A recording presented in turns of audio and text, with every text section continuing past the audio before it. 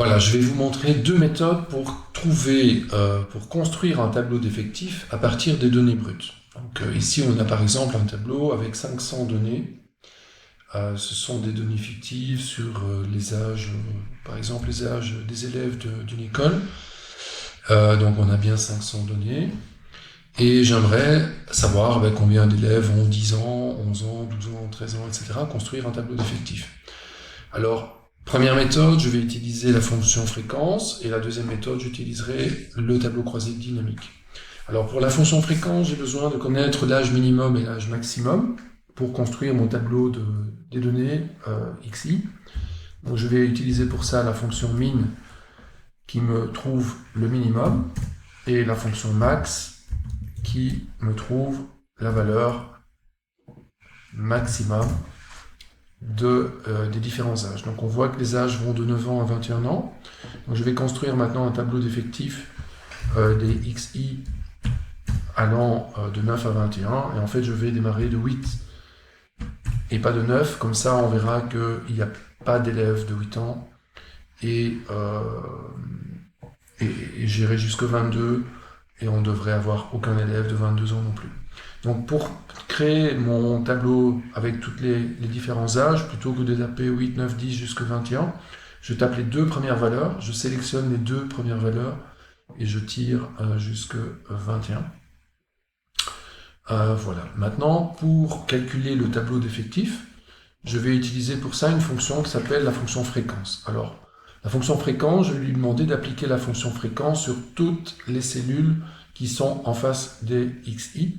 Ah, pardon, ici je vais aller jusqu'à 22. Voilà, donc je prends bien toutes les cellules qui sont en face des XI. Et j'utilise la fonction fréquence, en majuscule ou en minuscule, ça n'a pas d'importance.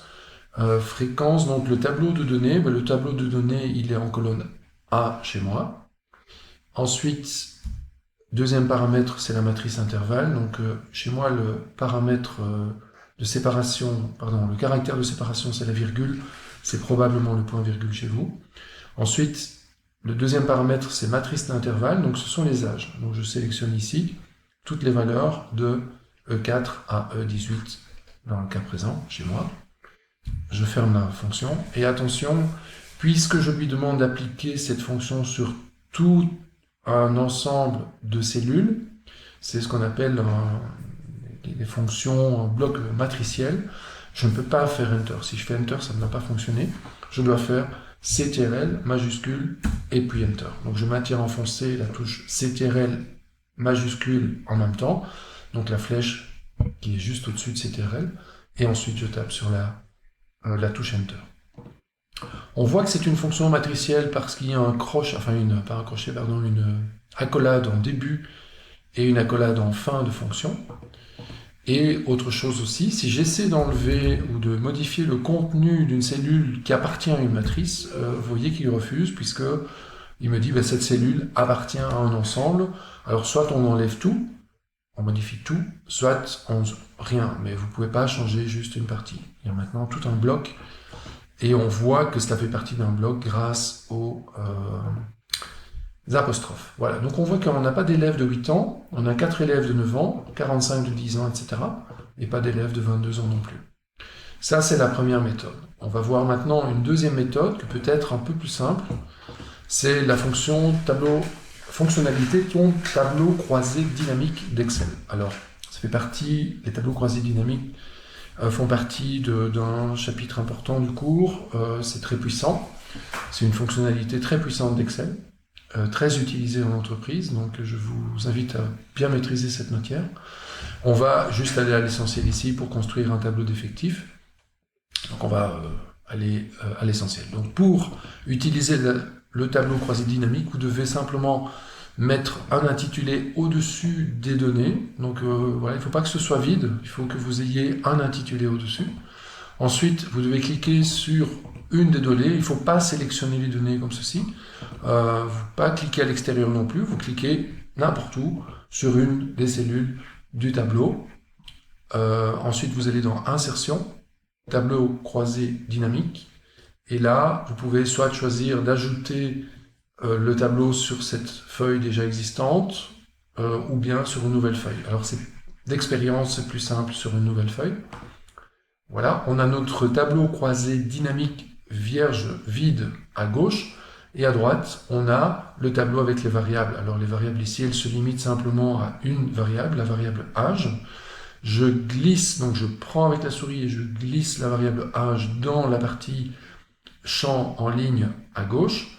Et là, vous voyez qu'il reprend bien les différentes valeurs qu'il a rencontrées sur l'ensemble des données qui se trouvent dans la colonne intitulée âge.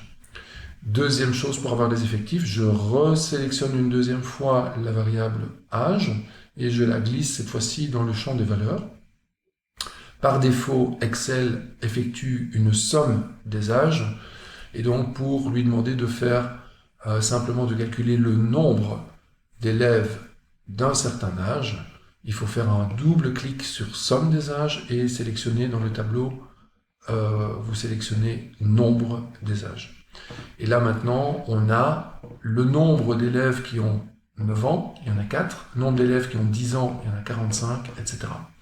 Je vais sélectionner les cellules qu'on a trouvées grâce au tableau croisé dynamique. Je vais les coller à côté du tableau d'effectifs obtenu avec la fonction fréquence et on voit que l'on a systématiquement les mêmes valeurs, que ce soit avec la méthode fréquence ou avec la méthode tableau croisé dynamique. Alors une autre façon de vérifier également, c'est de faire la somme des effectifs avec une méthode ou l'autre. On voit bien qu'on a 500, l'effectif total est de 500, ça correspond effectivement à l'ensemble des données brutes que nous avons, et on doit obtenir bien entendu la même chose ici, ce qui est le cas. On voit qu'on a bien un effectif de 500 obtenu à partir de la fonction tableau croisé dynamique. Donc évidemment ici l'âge de 22 ans et de 0, oui je ne peux pas l'enlever évidemment, et de 8 ans, c'était simplement ajouté à titre indicatif pour vous montrer qu'il n'y avait pas d'élèves dans cette catégorie-là, et d'où l'utilité d'utiliser la fonction minimum et maximum pour connaître la valeur la plus basse et la valeur la plus élevée. Voilà deux méthodes relativement faciles pour obtenir un tableau d'effectifs à partir des données brutes.